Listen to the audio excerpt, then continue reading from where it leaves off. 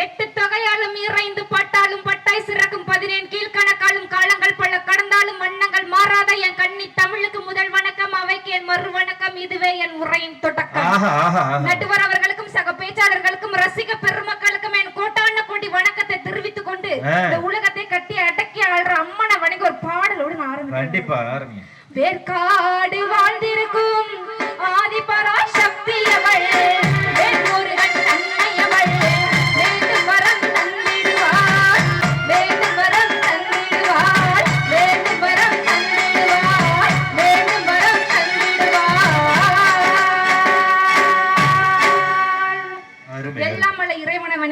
நடுவர் அவர்களே, அருமையான ஒரு அற்புதமான மக்கள், என்னை போன்ற அழகான பெண்கள், உங்களை போன்ற ஹான்சமான ஆண்கள் இருக்க ஊருக்கு வந்திருக்கோம். இப்பேற்பட்ட ஊர்ல வந்து உங்க வர்ணிக்காம என் பேச்ச தொடங்குவேனா? இதுக்கு முன்னாடி வந்தாங்க என்ன வர்ணிச்சாங்க? உங்க அழகுக்கும் உங்க ஸ்டைலுக்கும் எப்படி வர்ணிக்கணும்? நீங்க எப்பேற்பட்ட நடுவர்? நீ சொல்றத அப்படியே என் பொண்டாடி சொன்ன எவ்வளவு சந்தோஷமா இருக்கு. பொன் சிரிப்புடன் இருக்கும் நடுவர், ஊதா கலர் சட்டை போட்ட நடுவர், பேச்சாளர்களுக்கு பணத்தை அள்ளி இறைக்கும் நடுவர், அது ஊர்க்காரங்க கையில இருக்கு. தீர்ப்பை எங்கள் பக்கமே கொடுக்க வந்திருக்கும் நடுவர். உங்களை வர்ணிச்சு இந்த பியூட்டிஃபுல் கேர்ள், இந்த அழகான கேர்ள் ஒரு கவிதை சொல்றேன். சொன்ன கவிதன் பாபு. சச்சின்னா பேட்டு, ஜானகினா பாட்டு, சிவாஜினா ஆக்ட், பட்டிமன்ற நடுவர் எங்க குபேந்திர ஐயான்னு சொன்னா ஸ்வீட் ஸ்வீட் ஸ்வீட்.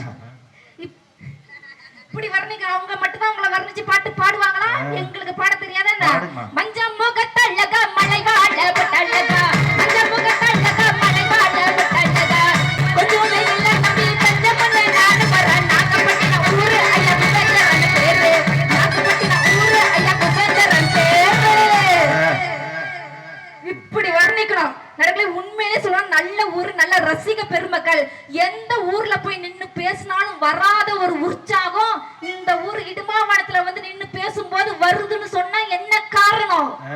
வந்தவருக்கு அறுசுவையோடு ஒரு உணவை போட்டு பிறந்த மண்ணைய உயிர் மூச்சாக நினைத்து வாழக்கூடிய மக்கள் இருக்காங்கன்னு சொன்னா அதுதான் நடுவராக இந்த இடுமாவனத்து மக்கள். பண்டாரை வாழ வைக்கும் மக்கள் நடுவராக கையா. பண்டாரை வாழ வச்ச ஊரு புயல் வந்தாலும் அசையாது பாரு.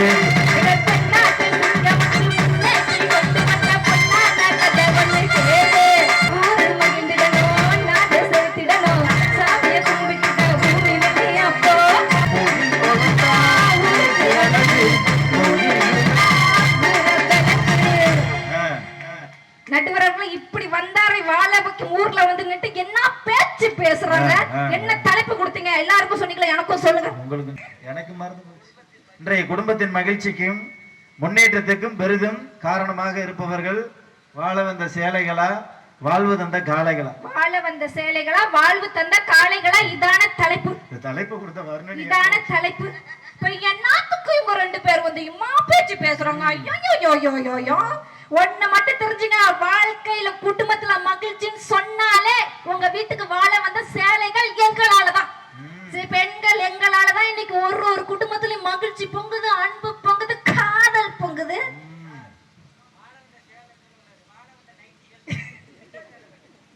எங்களை பார்த்து என்ன பேச்சு பேசுறீங்க?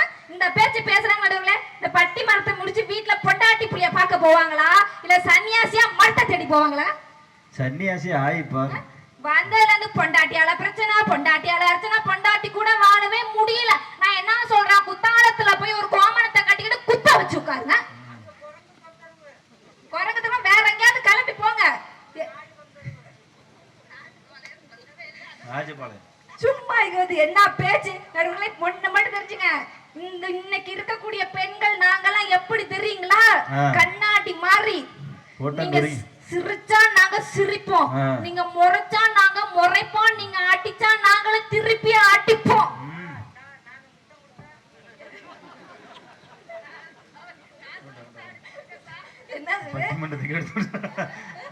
அதெல்லாம் கிடையாது. இந்த பேச்சு பேசுறாங்களே, கல்யாணத்துக்கு முன்னாடியே உங்களுக்கு 3 வாய்ப்பு நாங்க கொடுக்கறோம். பெண்கள் பொண்ணு பார்க்க வரீங்களா, அன்னைக்கே குடுக்கற டீயா குடிச்சு புட்டு இந்த பொண்ணை புட்டிக்கணும்னு சொல்லிட்டு ஓட்டி இருக்கணும்.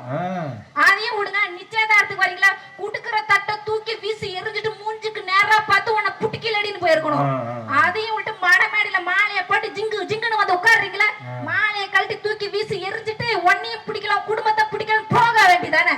அந்த 14 வயசோ 15 வயசோ 16 வயசோ தெரியல, பூப்புனித நீராட்டு விழான்னு ஒண்ணு வைக்கிறீங்கல்ல, அது எதுக்கு வைக்கிறீங்க? அந்த மஞ்சள் நீராட்டு விழா எதுக்கு? என் வீட்டுல பொண்ணு இருக்கு, என் வீட்டுல பொண்ணு இருக்கு, வாங்க வந்து கட்டிக்கங்க கட்டிக்கங்க கட்டிக்கங்கன்னு ஏலம் போட வேண்டியது. கல்யாணத்துக்கு அப்புறம் நீங்க 3 வாய்ப்பு கொடுத்து நாங்க என்னத்தை வாழ்றது? அதெல்லாம் போடிருமா. உங்களுக்கு மட்டும் என்னவா, மூக்குக்கு கீழே 3 முட்டி முளைக்குதோ இல்லையோ ஒரு ஜாதக நோட்டை தூக்கிட்டு ஓ வீட்டுல பொண்ணு இருக்கா ஓ வீட்டுல பொண்ணு இருக்கான்னு வர்றது யாரு?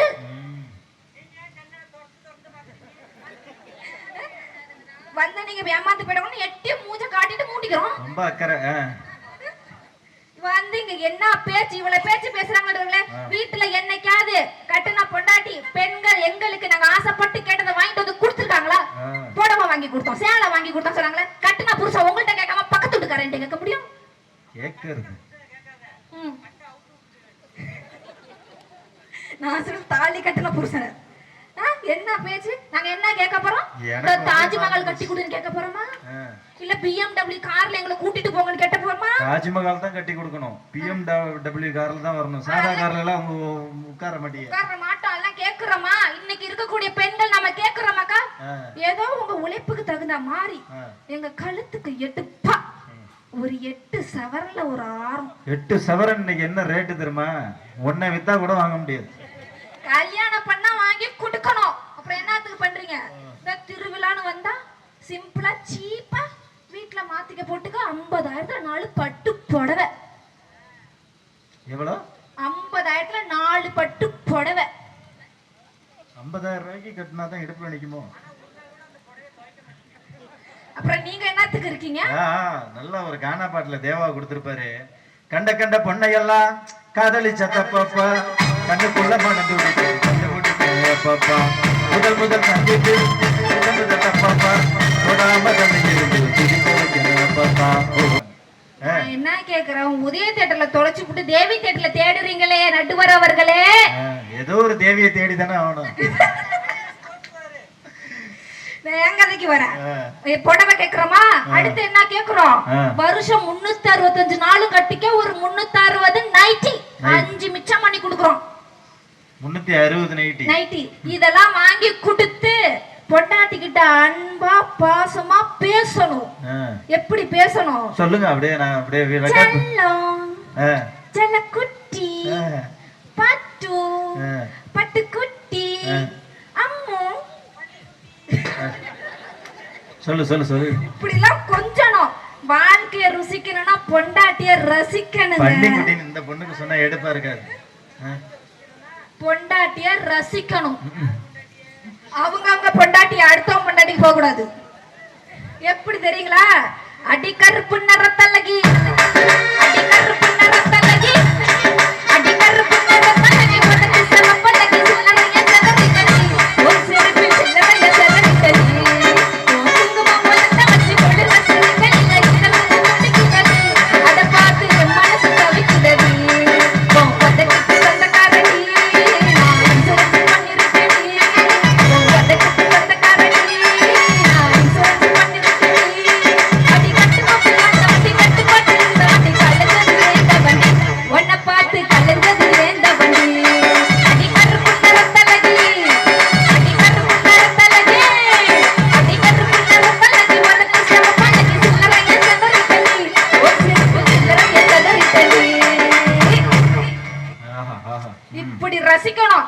அத விட்டுட்டு இங்க வந்து என்ன பேச்சு நடுவுல ஒரு சேஞ்சுக்கு பொம்பளை பிள்ளைங்க நாங்க மட்டும் எங்க பெத்தவங்களை பார்த்து இந்த மாப்பிள்ளைய எனக்கு பிடிக்கல, எனக்கு கல்யாணமே வேணாம், என்ன பெத்தெடுத்த உங்க கூடயே கடைசி வரைக்கும் இருந்துக்கிறேன்னு சொன்னா இந்த ஆம்பளைங்களோட நிலைமெல்லாம் என்ன ஆகும்? எல்லாம் நடு தெருவுல போய் நின்னுட்டு கிறுக்கு மாதிரி மண்டல குத்திட்டு தெரிஞ்சிருப்பாங்க. நீங்க என்ன பண்ணீங்க? நாங்களாம் உங்களுக்கு வாழ்க்கை கொடுத்து மனுஷனாக்கி உட்கார வச்சிருக்கோம். நாங்க எங்க அப்பா வீட்டுல தின்னுட்டு தூங்குவோம். மேக்கப் போடுறோமா? மேக்கப் நான் என்ன கேக்குறேன்? அழகுக்கு தான் அழகு சேர்க்க முடியும், பின்ன அழுக்குக்கு அழகு சேர்க்க முடியும்? அழகு அழகுக்கு தான் அழகு சேர்க்க முடியும், அழுக்குக்கு அழகு சேர்க்க முடியும்? இல்ல மேக்கப் போடுற நடுவர் அவர்களே யாரை பார்த்து மேக்கப் போடுறேங்கிறீங்க? நான்லாம் பிறக்கும் போதே இதே அழகோட இதே நிறத்தோட இதே நல்ல வேலை நீ லைட்டா கொஞ்சம் கருப்பா பிறந்துட்ட. நல்ல வேலை சிவப்பா பிறந்திருந்தேன்னு வச்சுக்கல, இந்த பட்டிமன்றம்லாம் எவனும் பேச முடியாது போல. எதுக்கு யாரும் உட்கார்ந்துருக்க முடியாது. ஏன் இப்ப கருப்பா பிறந்ததுனால என்ன தப்பா போயிட்டு? எப்படி இதுல வேற நீங்கள் ஜாக்கெட்டில் குண்டு வைக்கிறீர்கள், நீங்கள் ஜாக்கெட்டில் கல்லு வைக்கிறீர்கள், உங்களுக்கு மரண தண்டனை விதிக்கப்படும் சொல்றியா அண்ணன்? எங்க ஜாக்கெட்ல யான் ஜாக்கெட்டு யான் காசு, குண்டு வைப்பேன் கல்லு வைப்பேன், அதை வச்சு வீடே கட்டுவேன். கட்டுங்க, அடுத்தவனை பாதிக்காத வரைக்கும். அடுத்த குடும்பம் நல்லா இருக்கும். நீங்க போற புடவை 300 ரூபா, ஜாக்கெட் 3000 ரூபானா இப்ப என்ன போல ஏழையெல்லாம் என்ன பண்றது? ஆம்பளைங்களா செலவு பண்றதே இல்லையா? ஜாக்கெட்டுக்கே செலவு பண்ணிட்டு போக முடியுமா? நாங்களாவது ஒரு ஜாக்கெட், ஒரு புடவைக்கு ஒரு ஜாக்கெட், நீங்க தானே எவ்வளவு பாருங்க. எப்படி சாமியை உழைச்சிப்புட்டு தூக்கிட்டு போய் கோயில்ல வச்சுப்புட்டு எவ்வளவு அப்படி கம்பீர காலை. ஏதாவது ஒரு எதிர்பார்ப்பு இருக்கா? நடுவரவர்களே, இங்க ஊருக்கு முன்னாடி உழைக்கிறது மட்டும் தான் உங்க கண்ணுக்கு தெரியுது. ஒரு பொண்ணு வீட்டில் அடுப்பாங்கரையில் நின்னு உழைக்கிறார்களே, அது யாரு கண்ணுக்கு இன்னைக்கு தெரியுது? எனவே வா என்ன பேச்சு பேசுறாங்க நடுவர்களே? எங்களை பார்த்து அண்ணன் குடும்பத்தை பிரிச்சுட்டான். நான் என்ன கேக்குறேன், ஒரு ரேஷன் கார்டுக்கு கவர்மெண்ட் 1000 ரூபாய் பணம் கொடுக்குது. இதே ஒரு குடும்பத்துல 4 பேர் அண்ணன் தம்பி இருந்தா அவங்க 4 பேர்த்தையும் நாங்க அடி எடுத்து வச்சா உடனே பிரிச்சு விட்டோம்னா 4 ரேஷன் கார்டுக்கு 4000 ரூபாய். ரொம்ப அருமையான கண்டுபிடிப்பு. இதனாலதான் சொல்றேன், குடும்பத்துக்கு போனா குடும்பத்தை பிரிச்சிடணும். கல்யாணம் பண்ணி போறதுக்கு முன்னாடியே பிரிச்சிருவேன். இப்ப அரசாங்கம் அப்புறம் பணத்தை என்ன இதுல இருந்தா போய் தூக்கிட்டு வர முடியும்? நல்லா ஒரு குடும்பத்துக்கு ஒண்ணு குடிச்சதே இதுங்க வந்ததுக்கு அப்புறம் 4ஆ பிரிச்சு 4000 ரூபாய். குடும்பத்தை தாண்டிடும். ஒரு ஊர்ல பிடிச்சு கட்டி வச்சுட்டாங்க. நீ பேசுங்க. என்ன எங்களை பார்த்து நாங்கெல்லாம் வீட்டுக்கு குத்து விளக்குங்க. உங்க வீட்டுக்கு விளக்கேத்து வந்த மகாலட்சுமி நீங்க. ஆமா, உங்க வீட்டுக்கு வாழ வந்த சேலைகள் நாங்கெல்லாம். நின்னா குத்து விளக்கு, உட்கார்ந்தா நெய் விளக்கு, அண்ணாந்தா பாச விளக்கு, உங்களை எல்லாம் பார்த்தா பாச விளக்கு. அதெல்லாம் காலையிலே விளக்கியாச்சு. மறுநாள் காலம் வந்தாச்சு. இப்படி இருக்கிற எங்களை பார்த்தானா மணமேடிக்கு வரும்போது குத்தாட்ட போட்டு வரமா. நான் என்ன கேக்குறேன், யான் கல்யாணம் யான் புருஷனை குத்தாட்டம் போடுவேன். அன்னைக்கு மணமகளை தலை குடிஞ்சிட்டு வந்தாங்கன்னு சொன்னா பிடிக்காத மாப்பிள்ளை கட்டி வச்சீங்க, வேற வழி இல்ல. என்ன எப்படி எழுதியிருக்கான் பாருங்க. இப்போ புதுப்பாட்டு. என்னை காதலி போர் 1000 உண்டு, ஆனா எனக்கு சரி பிடிக்காத மாப்பிள்ளைய கட்டி வச்சீங்க, அப்படி வந்தாங்க. இன்னைக்கு எங்களுக்கு மனசுக்கு பிடிச்ச மாப்பிள்ளைய பாத்துக்கிறோம். சும்மா மணமேடைக்கு அங்கேயிருந்து வரது குத்தாட்ட போட்டு வரல, என்ன தப்பு இருக்கு? அப்படிதான் நடுவுல போன வாரம் என்ன பொண்ணு பார்க்க வந்தாங்க. பொண்ணு பார்க்க வந்த மாப்பிள்ளைக்கு என்ன ரொம்ப பிடிச்சு போச்சு. அப்படியே அழகுல மயங்கி அப்படியே வெக்கப்பட்டு அவருக்கு. ஆமா, நான் நேரம் தலை நிமிந்து போய், நீங்க தான் ஏன் வெக்கப்பட்டு உட்கார்ந்துருக்கீங்க? நான் தான் பொண்ணு இந்தா பச்சி தின்னுன்னு கொடுத்தேன். பச்சி அப்படியே பாத்ரூம் போயிருப்பாரு. பாத்ரூம் போகல, என்ன ஆச்சுதுல பச்சை தின்னுட்டு குவா குவான்னு வாந்தி எடுக்க ஆரம்பிச்சிட்டாரு. அதே சலசலப்பு தான் அங்கேயும். 1 மாசத்துக்கு தேவையான பச்சி போண்டா ஒரு அண்டா நிறைய சுட்டு வச்சேன். குவா குவானா என்ன? குவா குவா அப்படி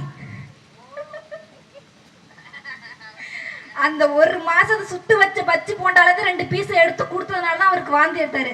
ஆனா நடுவர்கள இந்த பச்சி போண்டா தின்னுட்டு கூட என்ன பார்த்து ஒரு கவிதை சொன்னாரு, என் அழகுல மயங்கி. என்ன தெரியுங்களா அண்ணா? என்ன தெரியுங்களா? அன்பே அன்பே, உன்னை பார்த்ததுல இருந்து நெஞ்சுக்குள்ள ஓட்டு தட்டி சின்ன சின்ன மின்னல் வெடி, என்னை கட்டிக்கிட்டா உனக்கு வாங்கி தர தாலி கொடின்னு சொன்னார் நடுவர்களே. இப்பேற்பட்ட கவிதைக்கு அடுத்து ஒரு பாட்டை போட்டாரு பாருங்க. வரந்தேடி ஊரு ஊரா பார்க்காத பொண்ணு இல்ல, வரம்போல நீ நடிச்ச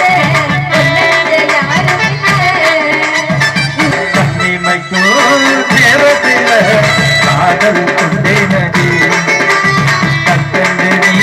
கையில் வந்தா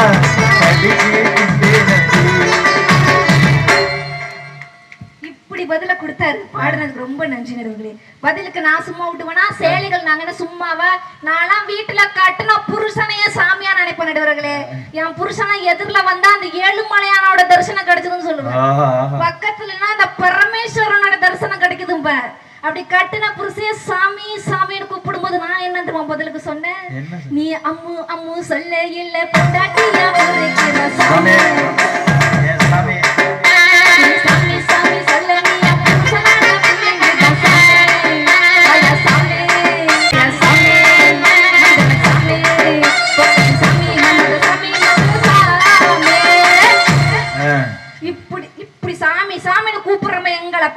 அதனால நீங்க போட்டிருக்க சட்டை எவ்வளவு நடுவர்களே? 320 ரூபா. 320, 400 ரூபான்னு வச்சுங்க. 400 ரூபாய்க்கு விலை கொடுத்து வாங்குற சட்டையை நீங்க போடுவீங்க, வீணா போனா கிழிச்சு எறிவீங்க. நீங்க இந்த போன் வச்சிருக்கீங்க எவ்வளவு? இது கொஞ்சம் போல 35,000 ரூபா. 40,000. 35,000 வச்சு 35,000க்கு வாங்கின போன்ல மெசேஜ் பண்ணுவீங்க, கால் பண்ணீங்க, வேண்டாம்னு சொன்னா தூக்கி என்கிட்ட கொடுப்பீங்க. நீங்க இந்த பேன் வச்சிருக்கீங்க எவ்வளவு? இது 20 ரூபா. 20 ரூபாய்க்கு விலை கொடுத்து 20 ரூபாய்க்கு விலை கொடுத்து வாங்கின பேனால எழுதுவீங்க, திங்கு தீந்து போனா தூக்கி முதுகு சொருவீங்க. இப்படி நீங்க விலை கொடுத்து வாங்கின பொருளை நீங்க என்ன வேணா பண்ணலாம். அப்ப நான் என் புருஷனுக்கு 5 லட்சம் ரொக்கமா 50 சவரன் நகையும் 3 லட்சம் ரூபாய்க்கு புல்லட் வாங்கி கொடுத்து வாங்குறேன். அதாவது வரதட்சணை கொடுத்து உள்ள வரீங்க வாங்குற. அப்படி விலை கொடுத்து வாங்குற என் புருஷன் சொன்னவன் தப்பா சொல்லிட்டான். என்ன தப்பு? அது பேரு வரதட்சணை இல்ல, வாழ்க்கை நிவாரண நிதி. இப்போ வாழ்க்கை நிவாரண நிதின்னு பேரு. இப்போ புயல் அடிச்சா என்ன கொடுப்பாங்க? கொரோனா வந்துச்சு, என்ன நிவாரணம் கொடுத்தாங்க? பூகம்பம் வந்துச்சு, என்ன கொடுத்தாங்க? பூகம்ப நிவாரண நிதின்னு. இது எல்லா ஊர்லயும் வரும் இல்லையா? அதாவது ஒரு வருஷத்துக்கு ஒரு சீசனுக்கு வந்துட்டு போறதுக்கே இவ்வளவு நிவாரண நிதி கொடுக்கும் போது வாழ்க்கை ஃபுல்லா உங்களை வச்சு வண்டி ஓட்டுற எங்களுக்கு அந்த வாழ்க்கை நிவாரண நிதின்னு தான் வரதட்சணைன்னு சுருக்கி வச்சுக்கிட்டேன். அது டவுரின்னு நீங்க போய் ஜெயிலுக்கு போய் ஆம்பளை எல்லாம் பூரா உள்ள தள்ளிட்டு நாங்க எல்லாத்தையும் வாங்கி கொடுத்து உங்களுக்கு நிவாரணம் நாங்களே வந்து உட்கார்ந்துக்கிறோம். இது என்ன நடுவுல பேச்சு? இவ்வளவு காசு கொடுத்து வாங்குறானே, அப்ப என் புருஷன் என்ன பண்ணணும்? நான் நில்லுனா நிக்கணும், உட்காரணும், அடிக்கிற அடியா வாங்கினா வாங்கணும். புருஷன் அடிக்கிறதுல தப்பா நடுவர்களே? தப்புங்களா? புருஷனை அடிக்கிறது தப்பா? என்கிட்ட கேட்காத, நான் அந்த அடியை தான் வாங்கிட்டு இருக்கேன். நடுவர் அவர்களே, தாய்க்கு பின் தாரோன்னு சொல்லுவாங்க. பெத்த புள்ள தப்பு பண்ணா பெத்த தாய் 2 அடி போட்டு கண்டிப்பாங்க. அப்ப எங்க புருஷன் தப்பு பண்ணா நாங்க தானே அடி போட்டு கண்டிக்கணும். அது தாய்க்கு பின் தாரன்னு என்ன தெரியுமா சொன்னாங்க? என்ன சொன்னாங்க? அம்மா அடிச்சு வளர்த்தாங்க, இன்னைக்கு பொண்டாட்டி வளைச்சு அடிக்கிறா, அதான் தாய்க்கு பின் தாரம். நடுவர்களே, பெத்த புள்ள இன்னைக்கு வீட்டுக்கு அடங்கலன்னா பெத்த தாயா அவனுக்கு ஒரு கல்யாணத்தை பண்ணுவான் தான் உருப்புடுவான்னு சொல்லி கல்யாணத்தை பண்ணி பொண்டாட்டியோட கையில புடிச்சு கொடுக்கறாங்கன்னு சொன்னா கொஞ்சம் போல நல்லா இருந்தவன் முத்தமா நாசமா போறான். உங்க வாழ்க்கையில பொண்டாட்டி நாங்க வந்ததுக்கு அப்புறம் தான் மகிழ்ச்சி பொங்குது. கண்டிப்பா. இப்படி இருக்கிற எங்களை என்ன பேச்சு சம்பாரிச்சு கொடுத்தோம். நான் என்ன கேக்குறேன், கொரோனா டைம்னு ஒண்ணு வந்துச்சு. எத்தனை ஆம்பளைங்க வீட்டை விட்டு வெளில போய் சம்பாரிச்சிங்க? 1.5 வருஷம் உங்களை உட்கார வச்சு பொம்பளைங்க நாங்க தானே சோறாக்கி போட்டோம். என்னைக்காவது நீங்க சம்பாதிக்கலன்னு உங்க மண்டைய நாங்க உடைச்சோமா? என் பொண்டாட்டி தான் கொரோனால எனக்கு சாப்பாடு சம்பாரிச்சு போட்டேன். தட்டுல எல்லாருக்கும் சாப்பாடு கிடைச்சி, சாப்பாடை சமைச்சு நெட்டுல போட்டு காசை சம்பாதிக்கிற, கடைசியில நான் சாப்பாடு இல்லாம கிடந்தேன் இல்லையா? இந்த மாதிரி உங்க மண்டைய உடைச்சோமா, இல்ல உங்க காலை உடைச்சு அடுப்புல வச்சோமா, இல்ல திங்கிற சோத்துல விஷத்தை வச்சு கொண்டு விட்டு எங்க புருஷன் கொரோனால போயிட்டான்னு சொல்லிட்டு கவர்மெண்ட்ல பணத்தை வாங்கணுமா? அதெல்லாம் பண்ணமா இல்ல? உங்க கூட குடும்பத்தை உங்களுக்கு சோறாக்கி போட்டமா இல்லையா? சத்தியமா கல்யாணம் ஆகலன்ற ஒரு குறையா நீ பாக்குற? கல்யாணம் ஆகலன்றது எனக்கு ரொம்ப சந்தோஷமா இருக்கு. ஆனா ஆகணும் ஏன்னு கேட்டா கல்யாணத்துக்கு முன்னாடி இப்படியா? எனவே நடுவர் அவர்களே, இந்த பேச்சு பேசுறாங்கன்னா ஆம்பளைங்களை நம்பி இன்னைக்கு ரோட்ல நடந்து போக முடியுதா? எல்லா ஊர்லயும் விட இந்த ஊர்ல மக்களை நம்ம ஏமாத்த கூடாது. ஏன்னா அப்படி ரசிக்கிறாங்க. சீக்கிரம் அவங்களை வீட்டுக்கு அனுப்பணும். காலத்தின் அருமை நிறைவான முடிக்கிறேன். பெண்களோட அருமை, உங்க வீட்டிற்கு வாழ வந்த இந்த சேலைகளோட அருமை இப்ப புரியாது. ஏன்னா உங்க உடம்புல சும்மா ரத்தம் குள்ளுன்னு ஓடிட்டு இருக்கு. என்னைக்கு அந்த ரத்தம் சுண்டி கீழே உட்காருறீங்களோ அன்னைக்குதான் ஒரு பெண்களோட அருமையும் புரியும்னு சொன்னா, இங்க இருக்கிற ஆண்கள் எல்லாம் நடுக்கடல இருக்கிற பட்டக்கு மாதிரி சும்மா திருன்னு முடிச்சிட்டு இருப்பாங்க. பெண்கள் நாங்களாம் துட்டுப்பு மாதிரி துட்டுப்ப போட்டா பட்டக்கு கரைக்கு வந்து சேரும். அப்படி நடுக்கடல தத்த வச்சு கடந்தவங்களோட வாழ்க்கையை கரை சேர்த்து கொண்டு வருது உங்க வீட்டிற்கு வாழ வந்த சேலைகள். நடுவர்களே, குழந்தையா இருக்கும் போதும் ஒவ்வொரு ஆண்களும் குழந்தையா இருக்கும் போதும் பார்த்துக்கிட்டது பெண்ணு தான். வயசான காலத்துல உங்களை குழந்தையா பாத்துக்க போறது ஒரு பெண்ணு தான். சொன்னா ஒரு பொண்ணு பிறந்த வீட்டை விட்டு புகுந்த வீட்டுக்கு வரான்னு சொன்னா அது நீங்க போட்ட 3 முடிச்சுக்காகவும் உங்க அன்புக்காகவும் தாங்க. வைரமுத்து இத பத்தி அழகா சொல்லிருப்பாரு. அணில் வாழ் மீச கொண்ட அண்ணே ஒன்னை விட்டு புலிவாள் மீச கொண்ட புருஷனோடு போய் வரவா, சட்டப்படி ஆம்பளைக்கு ஒத்த இடம் தானே, தவளைக்கும் கும்பலுக்கும் இடம் தானே. தவளை நீர்லி வாழி நிலத்துலி வாழும். ஒரு பொம்பளை பிறந்த வீட்லயும் வாழுவான்னு சொன்னா இன்னைக்கு இருக்கக்கூடிய ஆண்கள் எல்லாம் தோள் மேல துண்டு போட்டு உட்கார்ந்துருக்காங்கன்னா அது வீட்டுல இருக்கிற பெண்கள் தானே. அந்த பெண்கள் கொஞ்சம் தடமாறி போனா தோள் மேல இல்ல தலை மேலதான் துண்டு போடுன்னு சொன்னா இன்னைக்கு குடும்பத்து மகிழ்ச்சிக்கு பெரிதும் காரணமாக இருப்பது உங்க வீட்டிற்கு வாழ வந்த சேலைகளே சேலைகளே சேலைகளே என்று கூறி நன்றி பாராட்டி விடைபெறுகிறேன். நன்றி, வணக்கம். உண்மையிலே ஆரம்பத்திலே சொன்ன மாதிரி இந்த நிகழ்ச்சி கொடுத்தவர்களுக்கு எத்தனை கோடி நன்றிகளை தெரிவித்தாலும் இந்த மேடை அதை வரவேற்கும். ஏனென்று சொன்னால் எத்தனையோ ஊர்ல போய் பேசலாங்க, பணமா முக்கியம், இந்த உங்கள்கிட்ட இல்லாத காசா, இவர்கிட்ட இல்லாத காசா, இந்த மேடங்கள்கிட்ட எல்லாம் இல்லாத காசா. ஆனா நல்ல இந்த கலைக்கு ஒரு வடிவம் கொடுக்கிற மக்களோடு பேசுகிற போது தான் நமக்கு ரொம்ப ரொம்ப 4 பேரும் நல்ல அருமையான தலைப்புல 6ஆம் நாள் யானை வாகன அந்த மண்டகப்படிதாரர்கள், குறிப்பா நம்முடைய மங்கள நாயகிபுரம் அந்த கிராமவாசிகளுக்கு நெஞ்சார்ந்த நன்றியை தெரிவித்து, இந்த மண் இருக்கிறது இல்லையா, அந்த மண்ணில் வளரக்கூடிய பெரியவர்களும் பெற்றோர்களும் ஆசிரியர்களும் அது போன்ற ஒரு சிறப்பான ஒரு வாழ்க்கையை கொடுக்கும் போது தான் அந்த இடத்துல வந்து நல்ல, ஏன்னாக்கா அந்த மக்கள் அப்படி இடும்பாவன மக்கள் இல்லையா தான் வாழ்க்கையில ஒரு மனிதன் எப்படி வந்து துன்பத்தை அடைகிறான் என்று பார்ப்பதற்கு 1000 ஆண்டுகள் இந்த உலகத்தில் ஒரே ஒரு விஷயத்தை மட்டும் நான் இங்கே பதிவு பண்றேன். ரொம்ப சிறப்பான ஒரு பதிவு. வாழ்க்கை என்றால் 1000 இருக்கும், வாசல் தோறும் வேதனை இருக்கும் சொல்றாங்க பாருங்க. அதுல அடுத்த ஒரு வரியை போட்டிருப்பாரு, ஏல எப்படி இருக்கணும், மனது என்பது எப்படி இருக்க வேண்டும், இருந்தால் வாழ்க்கையை எப்படி கடக்கலான்றதுக்கு ஒரு கவிஞருக்கு கூட பாடமாய் அமைந்ததாக வர இலக்கியவாதிகள் எழுதுப்பாங்க.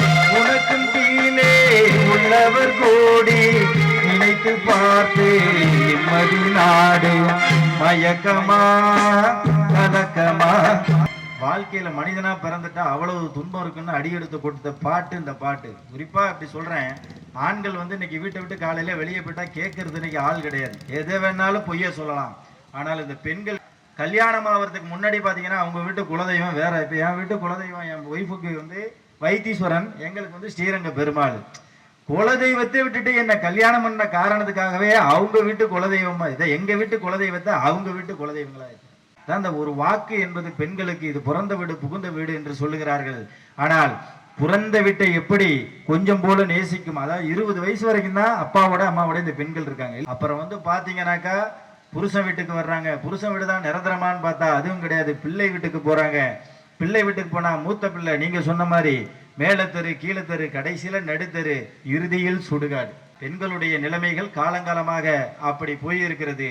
வாழ்க்கை என்பதற்கு பிறப்பில் வருவது யாதன கேட்டேன் பிறந்து பார் என்று இறைவன் பணித்தான்.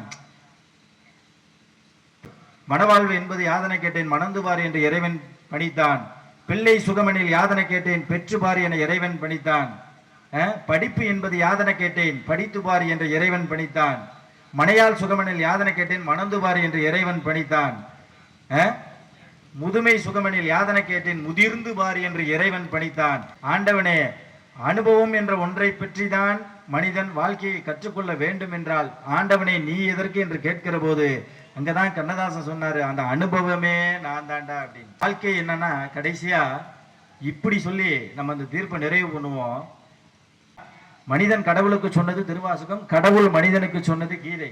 கண்ணா ஓராண்டிலே உன்னை உணர்ந்திருந்தால் என்று உன்னை பற்றி இருந்திருப்பேன், 9ஆம் ஆண்டிலே உன்னை ஓர்ந்திருந்தால் என்று உன்னை பற்றி வாழ்ந்திருப்பேன், 6 ஆண்டிலே எண்ணம் பிறந்தனேல் உன் இன்முகம் பார்த்திருப்பேன், 20 கூட நீ ஏற்றம் தெரிந்தனேல் 2 கலந்திருப்பேன், சீராடும் 40 நீரோடி போன பின்னே சிந்தையில் வந்து நின்றாய், காராறு மேனியாய் உனை 50 யான் கண்டனன் காதல் நாதா, கனிவுடைய வயதில் ஒரு 70 கொடுத்தன்னை காத்தருள் கிருஷ்ணகாதா, வாராத கற்பனை வாராத சிந்தனை வந்த நாள் அந்த நாளே, வளமான துன்பமும் வளமான மேனியும் பெற்றதில் அந்த நாள் இந்த நாளே என்று அடுக்கிக் கொண்டே போனான் அந்த செட்டிநாட்டு குயில், கவிதை குயில் கண்ணதாசன் போனான் என்று சொன்னால் அந்த அழகா எந்த பாட்டு ஒரு வாழ்க்கையில மனிதனை மாத்தனாலும் இந்த பாட்டு மாத்துமா. என்ன பாட்டு தெரியுமா? பாஞ்சாலி புகழ் காக்க தன் கை கொடுத்தாள், அன்று பாரத போர் முடிக்க சங்கை எடுத்தார். இப்படி முடிச்சார். அந்த மகாபாரதமும் அந்த பெண்ணை தான் சொல்லுகிறது, அந்த ராமாயணமும் அந்த பெண்ணை தான் சொல்லுகிறது, அந்த சிலப்பதிகாரமும் அந்த பெண்ணை தான் குறிக்கிறது. தந்த வாய்ப்புக்கு தமிழால் நன்றி கூறி தீர்ப்பை இப்படி முடிக்கிறேன். இன்றைய குடும்பத்தின் மகிழ்ச்சிக்கும் முன்னேற்றத்திற்கும் எத்தனை காலத்தில் மனித பிறவியில் பெண் என்ற ஒரு கருவறை சுமந்து எப்படி ஒரு சிவனையோ ஒரு கடவுளையர்களோ ஆட்சி செய்கிற போது நாம் தாயின் கருவறை இருக்கிற வரை பெண்கள் தான் எல்லாம் என்று சொல்லி வாழ வந்த சேலைகளை நல்லதொரு தீர்ப்பை இந்த மண்ணில் சொல்லி வாய்ப்பு இருந்தால் அடுத்த முறை சந்திப்போம். நன்றி, வணக்கம்.